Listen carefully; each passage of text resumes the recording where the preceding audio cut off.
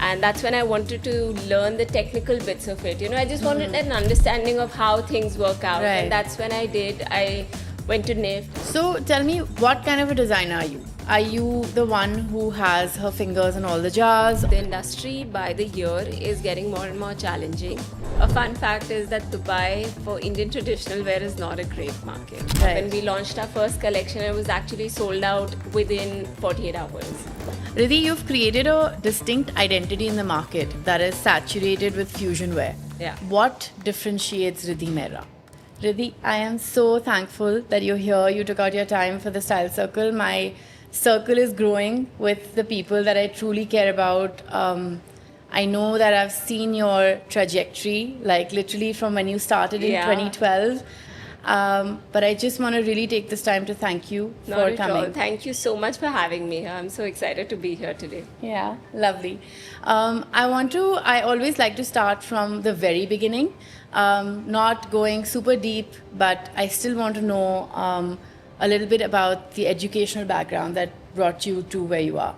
So I started from Modern. We were Yes. in Modern together. Yes. And I went to Nottingham after that, University of Nottingham in UK, where I did my management studies. I came back to India. I joined my mom and aunt. They were into this business, so I actually joined them from the business aspect of the company, Okay. and I kind of got sucked into this whole fashion scenario. And that's when I wanted to learn the technical bits of it. I just wanted an understanding of how things work out. Right. And that's when I did. I went to NIFT. I did a course over there. And Oh, okay. And what was I their designed a label small called? collection. Their label was called Rakhi and Mantra. Okay, yeah, I remember that. They Yes, had a of course. store. Yeah, They had a yeah. big store in South X, Yeah, right? yeah, Yes, yeah, I remember yeah. this. Okay. Yeah. And so then you went on to NIFT to do a course. To do a course. Then I created a small collection for myself, and I had a friend back then, Noor. She was like, why don't you? She was working with Purnia, and Purnia's pop-up had just started in a very big way at that Yeah. point. And Purnia herself was curating everything for her website, and that was the time when she's like, why don't you retail on Purnia's pop-up? Right. And we launched our first collection. It was actually sold out within 48 hours. Oh, wow, Yeah, really? yeah. And we're talking about Noor Sethi. Noor Sethi. Yeah, Yes, of course. Okay, Yes, lovely. yeah. Her brand and her cafe is also Yes, fabulous. She yes. does really good work. So, so Acha, so that's where you started. Like, so Purnia's is what picked you up, and your first capsule was sold out in 48 hours. You said. Yeah. So what?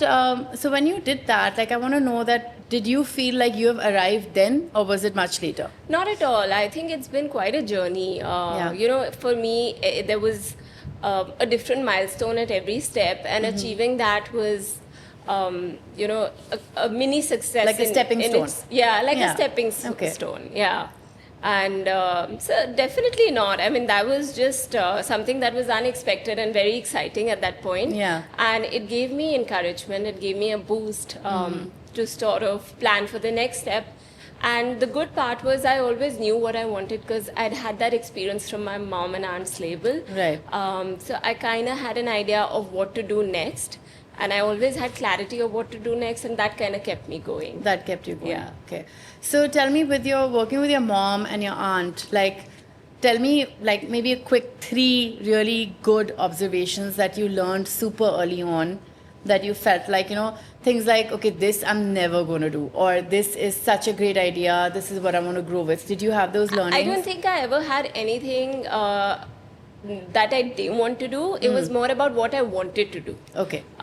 So I always knew, okay, this is what I want to do. Like, I need to have a formal degree in fashion. Like, that's something I always knew because, like, it was very important. Like, they didn't have it. Right. And we faced a lot of issues. Technically. Yeah. Right. Even if you're applying for Fashion Week or wherever you go, you do need a formal degree. And, that was another thing that kind of pushed me towards NIFT. Yeah. Along with, of course, the technical know-how that I needed. So it was a combination of both. So that was definitely one thing that I had clear in my mind that I wanted to do, was to get a formal learning on the subject that I was actually you're working actually going on. to take. Yeah. So the second bit that I kind of knew was I didn't really know, but I wanted to do was to market the product well, to get it out to people, to launch something that is affordable but yet stylish. Because Right. at that point, it was only either boutiques or designers, and Right. the gap was too much. So I kind of wanted to fill in this gap, introduce affordable designer wear, something that anyone can just pick up. Yeah, yeah. And that worked I really remember well for picking us. up some of those pieces then, and I remember wearing them to some really close friends' weddings also. Back then, you did like this really super cute white floral ucha anarkali Yeah. with like Yeah. farshis almost. That was Yeah, really cute. yeah. So I'm just saying, like from then to now, do you still have like? I mean, remember obviously that feeling was really good. Like every party you'd go to, like 2-3 people would be Yeah. wearing the same outfit. Which is so great, right? Because like it from literally like how they say farm to table for you, Yeah. it's like, you know, from conception to like literally Yeah, walking, yeah. people walking down the street. But tell me, when you make your pieces and when you do that entire process, I want to go through your sort of, I guess, a day in Riddhi Mehra's life in terms of the. Oh God, it's always crazy. Yeah, but no, I meant like I meant more from a collection point of view. Like, so what Okay. I'm trying to say is that where does it take birth? How do you conceptualize it? Okay. And then just like a life cycle of So, a collection. of course, there are so many factors that go into creating a collection. What you're feeling, what do you want to do that year, what are the trends. I think a lot of it stems from your own mood Okay. that particular year. Right. And of course, what the requirement of your clients are. So we kind of just start putting it all together. It starts from what is actually now it's become more about like what is the business requirement, how many designs do we need, Right. and then it goes on to okay, what are you feeling like? What are your moods? What is your inspiration? Then we start looking for inspiration around. Sometimes it just comes to you. Sometimes you So really where do you have go to out? look around. Where do you go out to look for inspiration when you do? Honestly, like it could be anywhere, like your travels. You've gone to a cafe. Like I'm sitting here, I'm looking at this beautiful carpet over here. Like I'll just keep picking up motifs Yeah. from here. Sometimes it's Yeah. books. Like I'll go to a bookstore. Sometimes it's just Pinterest. Sometimes it's just Instagram. So it depends. It's Yeah, different. Okay. yeah. So you draw your inspiration from your moods and from your, Yeah. like your daily life, so Yeah. to speak. And then what happens? Then we put it down into surface ornamentation, into silhouettes, into sketches. I discuss with my team as to how do we take this collection forward. Like right now, we're doing that. I've given a very clear directive to the team that this time we want to do something that's young and chic and very trendy, because that's the idea. Because like everyone is really working hard, getting fitter by the day. Yeah. Everyone's wanting to wear, and the trends are like there's such beautiful trends in the market. Backless is back, and how.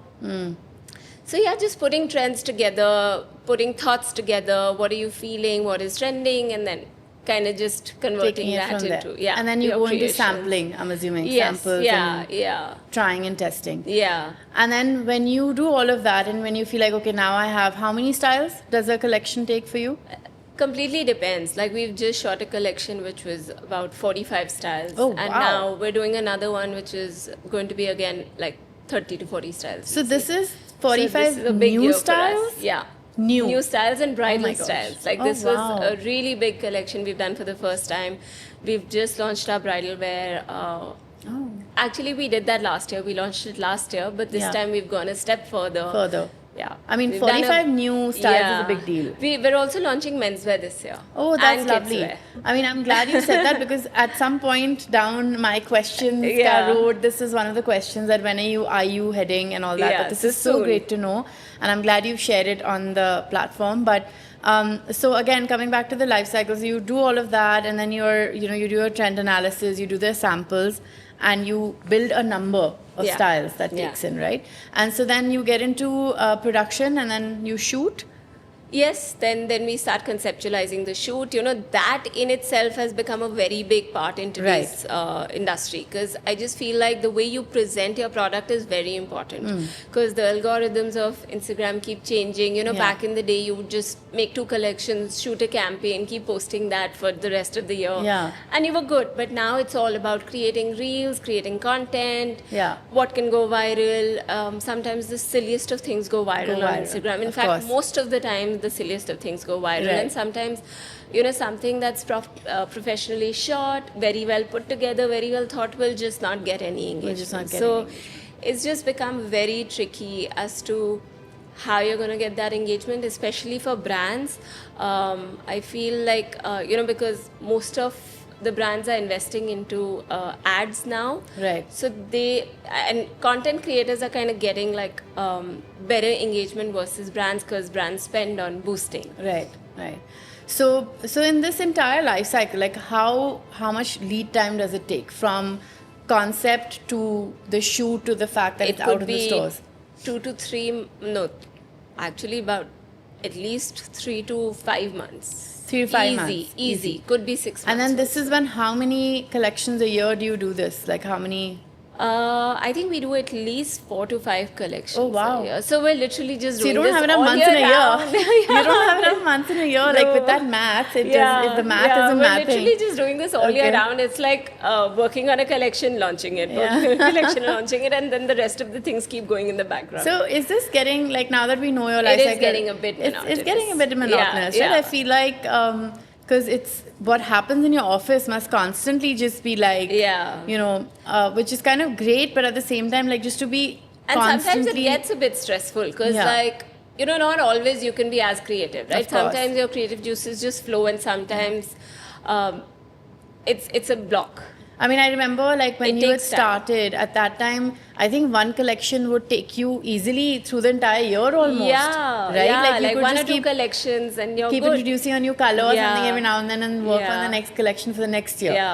Cut to 5 drops a year. So like, I mean, when I was designing my bridal collection, I had so many ideas for our demi couture collection that was just kind of flowing through. And now that I've sat on the next collection, I'm totally blank. I don't know what to put together. So now it Designer's takes us block. It takes us some time to get back in the grooves, and say about 2 weeks or 3 weeks to But get where back do bestsellers sit in this? Because obviously, like, for example, I mean, your iconic ruffle sari, which is not going anywhere anytime soon.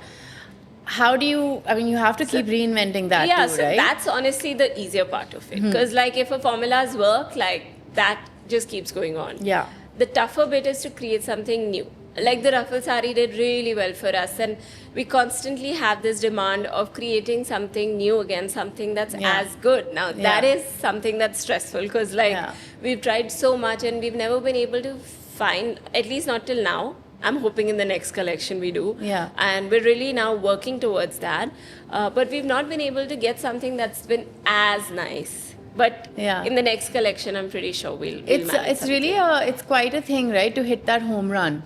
Because I feel like designers put in so much of their energies and so much of their work. Like, it's not just about someone like you who creates original work, but I'm even talking about people who are these days just developing styles. Right? For them, this is a lot of work, and yet you do not know if it will work or not. Right? Absolutely. Like, sometimes there are things that you feel will totally work, versus I remember there's this style which we launched. It was a tissue lehenga which we launched last year. It was a heavy lehenga, and it was a part of our bridal collection, and so Aditi Rao actually ended up wearing that for the Ambani wedding. But when we created that product, I looked at it and I was like, you know, I don't think this is going to work. Like, I don't think this will be successful, because technically there's so much that doesn't work in this. But eventually it turned out to be a bestseller.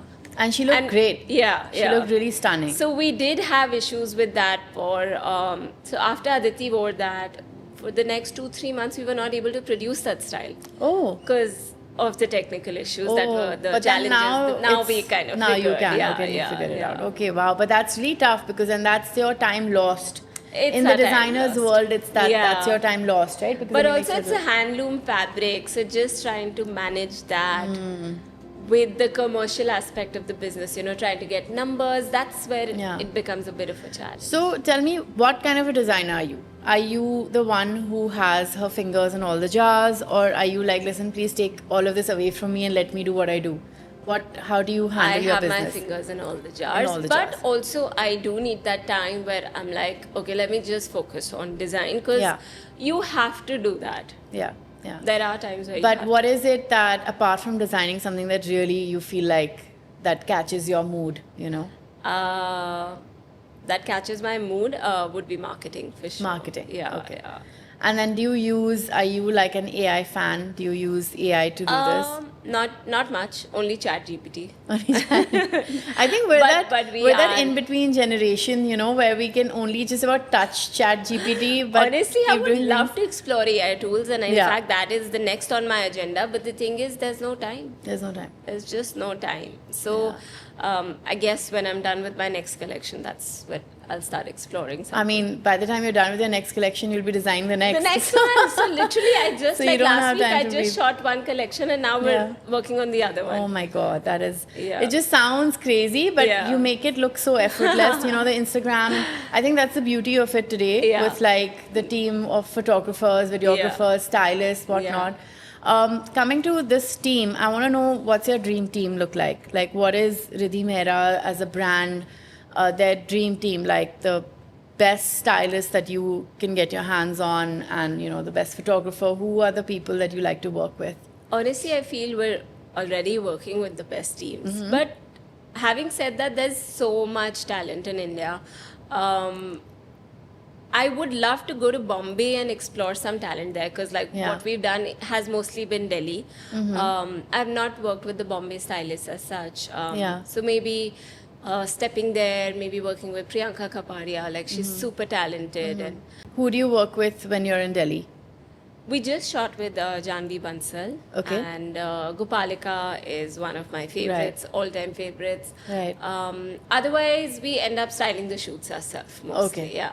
So when you say that, when you style your own shoots, etc., do you think that works for a brand? Like, basically what I'm trying to say is that as a designer, you're so close to your own product, right? And then Yeah. you know that you will do the best job, obviously, Yeah. as per your capabilities. But what a stylist brings to the table, somehow, Yeah. sometimes it's completely... So we've shot with Gautam also for many campaigns, Gautam Kalra, and Mm-hmm. he's absolutely amazing. He brings magic to the set. Yeah. Like, Tell us how. yeah, so you just got to put everything together, and he comes on the set and he does his magic. And I feel like he knows what exactly works, and we've shot with him so many times that we've learned so much from him over the years, not just with Gautam, but with working with other stylists. I feel Yeah. like now we've kind of figured the art of putting things together.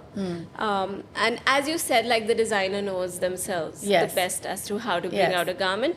But having said that, when you're at a shoot, you do need a stylist. Like we just shot recently, and while you're looking at garments, you're also looking at many other things. So your Yeah. focus is not entirely on styling. So that's when you need help. Right. And it's always great to get another perspective on Definitely. the garments. I agree. While you will, if you keep styling, you'll keep styling it in a certain way. Yeah. Right? But if you get like a third person doing it, you'll just get a new perspective to your garment. Right. Especially with, a brand like yours, because I feel like you make romantic clothes. Like, that's what I feel. Like, Yeah. all your clothes are super, like, romantic, very, Yeah. almost Parisian, Yeah. like, they have that Parisian feel. But when you look closely, it's all the Indian stuff. Yeah. It's all the Yeah. great embroideries, etc. So, I want to know, like, have you ever tried to, like, push that a little bit, like, in another direction? Absolutely. We are, in fact, last 1 year, we've gone pretty traditional for as traditional as our brand could go. Okay. While we are going traditional, we also maintain the modern aesthetics of the brand. And I feel that's just natural to the brand, like that just comes out. And if you look at our next collection, we are using a lot of handloom fabrics. Like, that's definitely one thing, and we're getting more into this whole space. But having said that, we're still maintaining a segment which is modern, chic, Yeah. Indo-Western, because Okay. that is something that's synonymous to the brand. I mean, and that's something that you'll have to make your own, right? Like when Yeah. you see something really pretty, Yeah. I mean, it's a natural designer's sort Yeah. of go-to. Is that how do I make this mine? And that's the Absolutely. reflection of the Yeah. brand. So I totally Yeah. understand that. And I feel that just happens naturally. Yeah, it has to, because when that Yeah. stops, then Yeah. something has gone down, Yeah. right? Like I get it. So coming back to this whole scene of like your process, and then you keep pulling out new styles. When does it get like okay, we need a breather, or do you need to sort of look at your bestsellers or reinvent instead of does it ever get harrowing to just keep putting out new styles? Do you ever It once does. It does. say Definitely. like I can't do this, we Yeah. need to just look back now? It does, but then you always need new styles. So I guess Yeah. it's just about managing. So tell me, with your business, how do you scale this now? Like, because I know where Riddhi Mera started, right? We've Yeah. seen it, we've discussed that previously. But how do you scale that business? How I do you? feel like every other business, you need good help. You need Yeah. a good team. Definitely. Good HR can really help you grow, and structuring your team, having clear goals, in terms of design, like having people in that follow the same aesthetics as you, who can help you, who can support you create. See, by the end of it, it is my vision, it's my Of thoughts, course. it's what I want to do. But Yeah. a good team can just help you take that forward. So how do you advise people who are watching this? Because the reason I started the Style Circle is also to sort of give out a platform where people can watch and learn. Yeah. From people who have grown, and we've seen the growth in your brand. So when you say clear goals, when you say build a team, when you say all of that, can you give us like quick 3 things that you'd like to say to people who are currently struggling? See, again, it depends on their struggle, like which Of course. point of life are they in at that point. No, but I meant to But scale. in terms of scaling, again, just invest in good HR, because I mean that is a bit of a struggle, to be very honest. Yeah. And I would say, I don't know how to put this forward, but I just feel it's very important to manage your team well. Always encourage them, motivate them, be calm with them, think like them, be a part of them, because that really helps encourage them. To keep If you're working for a you. boss, if you're always bossing around and throwing your weight around, I don't think anybody takes to it. Yeah. I feel that's like the key. I mean, at some point they'll reach their tipping point, and then everything will go. Yeah, away, right? yeah. Okay. And nobody enjoys that, right? Nobody wants that. I mean, if you're working somewhere, you just want the environment to be good. You want the workspace to be good, because everyone's leaving their house and coming here for their peace of mind by the end of it, right? Yeah. Along with working on a job, earning money, they also want a happy environment. So I feel like that is very important. And to scale up, just work on building your team, having as much clarity as you can, Yeah. being a role model for them, and then Okay. I want to ask you, as someone, who's been in the industry for quite a few years now, has there been any moments where the industry expectations have pushed you, pushed your boundaries? Absolutely. And all how the have you kept your ground? Honestly, it took me a while figuring this situation, because the industry by the year is getting more and more challenging. There's a lot that you have to do every year, in terms of stepping out, meeting people, PR, events, shoots, everything you talk about. There's so much that you can do in every field. Back in the day was fairly simple. Yeah. Something like gifting has now become so detailed, Yeah. because it's become so personalized. Everything has become so personalized. Marketing is personalized, gifting is personalized, creations are personalized, people are attracted towards customization, so that's also personalized. Designing is personalized. Everything has become so personalized, and it kind of requires your attention. But it took me a while to understand that I have to set my boundaries, you know. Right. So after I had my daughter, I was kind of struggling between giving my time to work and giving my time to her. But there came a point where I understood that it is important to prioritize what you need in life. Right. And beyond that, things will always continue. You can always not do everything. Something you will- cannot do everything. Yeah, There's only right. 24 hours in a day. Now I wake up like 2 hours earlier or 3 hours earlier Oh to my try God. and do more. Listen, that But- 5 to 9 between your 9 to before your 9 to Yeah. 5 is real. Yeah. Like when I saw that on Instagram, I was like, no, what rubbish. And then now I feel like, oh my God, that Yeah. 5 to 9 Yeah. is what you need before your real 9 to 5, right? Absolutely. But Yeah. I know what you Rightly mean. said. I know what you mean because now you're it's like just your like- mom's voice. Get up early, do everything early, and now it's like there's so it's- much to do, and like if you wake up 3 hours earlier, you cover a lot. you cover more. a lot more, Yeah. right? So coming to like sort of an organization like FDCI, we want to know what goes behind that. How does a newbie get through that door? Is it even worth it? Is it Absolutely. I feel FDCI and Lakme are great platforms. okay? And they have been encouraging designers, supporting designers for so many years. And I would give a major credit to these Yeah. platforms for helping us boost our business as well. They guide you, they support you, they help you put your talent out there. And by the year, they're kind of introducing so many designers who've made it big in the industry. Now, if you look back, like Rahul Mishra was a Gen Next designer, and now he's a Right. He's He's a a world renowned renowned. name. Yes, Yeah. absolutely. So how do you get to that? Like for students and newbies who are seriously a store of talent, what should they do? I feel these platforms are constantly looking for fresh talent. So I guess it completely depends on your creativity. If you're creating in the right direction, Yeah.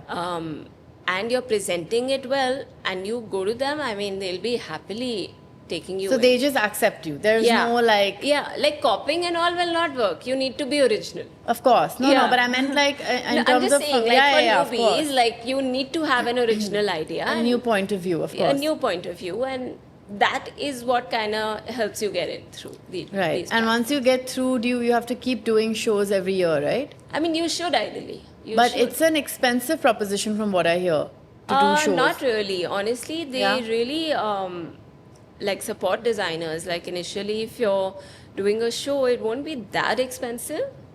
Of course, there are expenses, but because like if you're doing a Lakme FDCI Fashion Week, it's partially sponsored.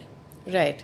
So your costs are not so high considering, they're putting the shows together, they're getting a choreographer, they're getting models, they're getting hair and makeup. They like- take care of all of that. all of You that. just have to show up with your talent and your clothes And they help you through everything, be it your visuals, your music, your, like everything. I feel it's your media, right. which is most important. Right.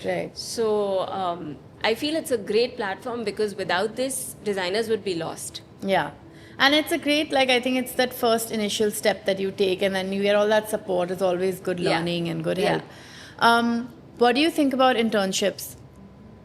I think it's very important to intern, to learn, especially for growing talent in the industry, be it in the form of design or marketing or any other field. Like Yeah. internships are extremely Like, important. so you advise people to do internships and be a part of other fashion houses before they open their own Absolutely. label or start their own Yeah. journey. In fact, before you open your label, ideally do internships, do a job to Yeah. learn more, Yeah. and then start your own. Even though I kind of didn't do both.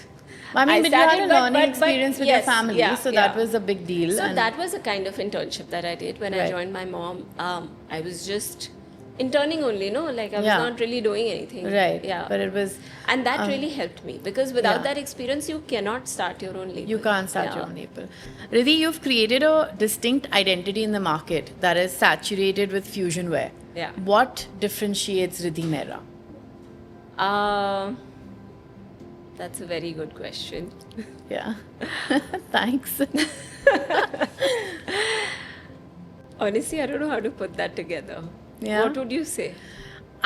Here's what I feel. I feel like your label, your clothes, as I've seen them, like I said, are very romantic, Yeah. right? And they always have exuded that, right? Like Yeah. when I look at your clothes, I'm like, "Ugh, that is so pretty. That Yeah. never changes. But then how do you really differentiate? Like, what is that one thing that... I think in your case, I think it's the quality. Because I have seen way Yeah. too many ruffle saris. right. I have seen way too many ruffle saris. Yeah. They continue to be everywhere. Yeah. But you know how a true organza stands? Yeah. I definitely, You know what I mean? I think yeah, that may I be think it. you're right. For us, it would be quality that stands out because, in fact, that is something I feel very strongly that when people shop online, they can't really tell what our Mm-hmm. Yeah. product is because we're always using the best of fabrics, pure fabrics. The fittings that we offer, like that is something that you can't tell in pictures. You right? cannot. Also, the detailed embroideries, the intricacy of the embroideries that we offer at a specific price. Yeah. That is something that kind of distinguishes us from the rest of them. Mm-hmm. And that is something that you can only touch and feel and see. Yeah. And only when you're seeing it personally, you can differentiate from the Yeah. others. So what would you say to somebody who says, listen, I love your sari, but it's too expensive? What would you say to that person? Honestly, I feel it's a personal perception, and if someone finds it expensive, I mean, I can't really change that perception, but I will definitely put this forward that it takes a lot to put a design together. Considering we are working on original designs, there's a lot of investment that goes into design, in creations, in production, offering that quality. Yeah. We never compromise on fabric. We've, so many times we've tried, we're like, okay, let's cut costs, let's go lower on pricing, let's introduce like a cheaper fabric, but we've just not been It able to never do that works. because we only don't like it. So, Right. so it never works out. Are there any like unspoken sort of industry norms that you have not followed, that you don't follow? Honestly, the one thing that I just cannot do is attend events. Okay.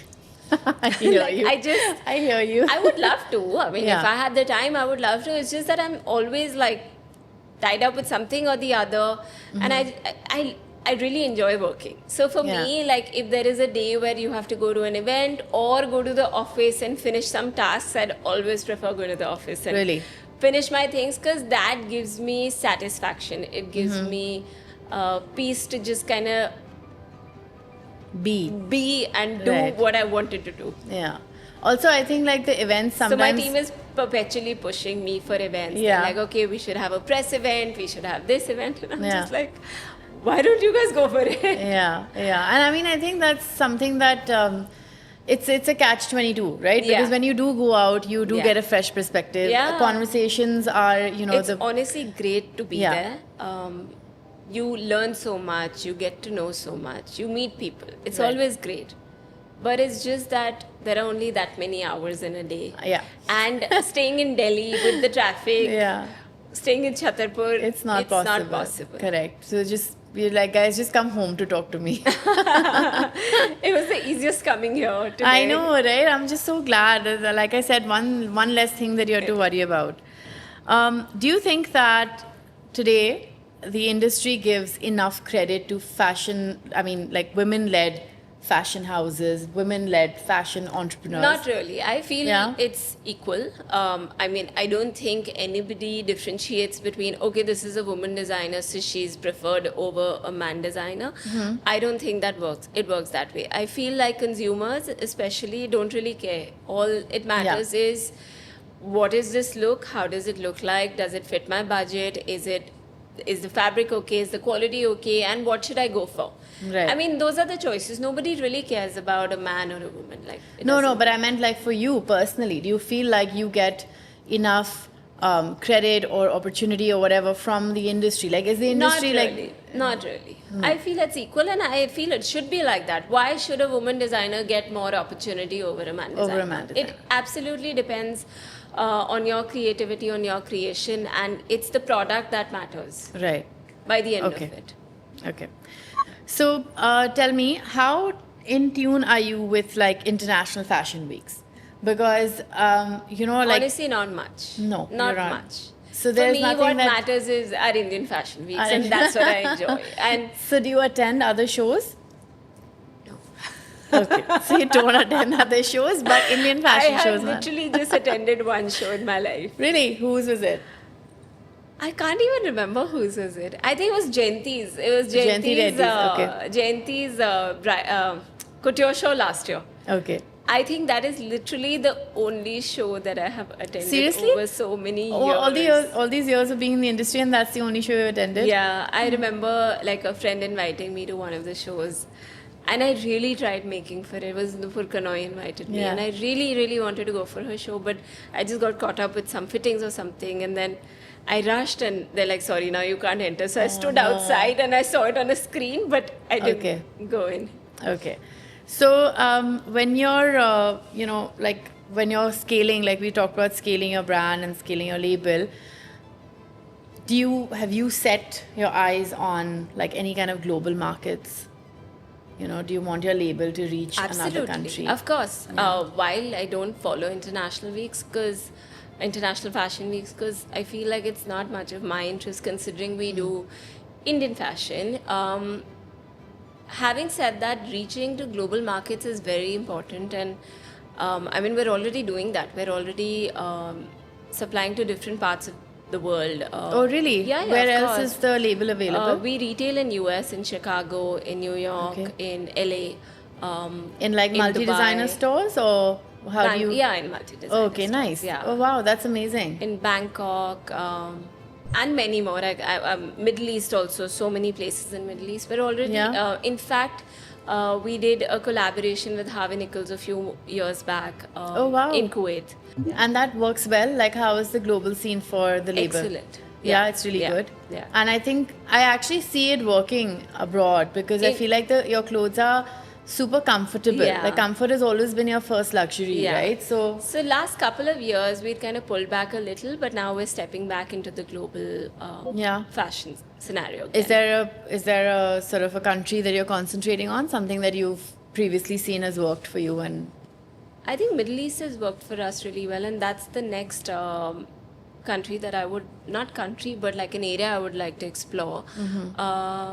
But still working on it. And which is No plans which is set yet. interesting because the Middle East is very like big on the bling factor, as we Yeah, all know. yeah. And your stuff, like your merchandise, is very. So everyone's like, you must go to Dubai, you must sell in Dubai. But Yeah.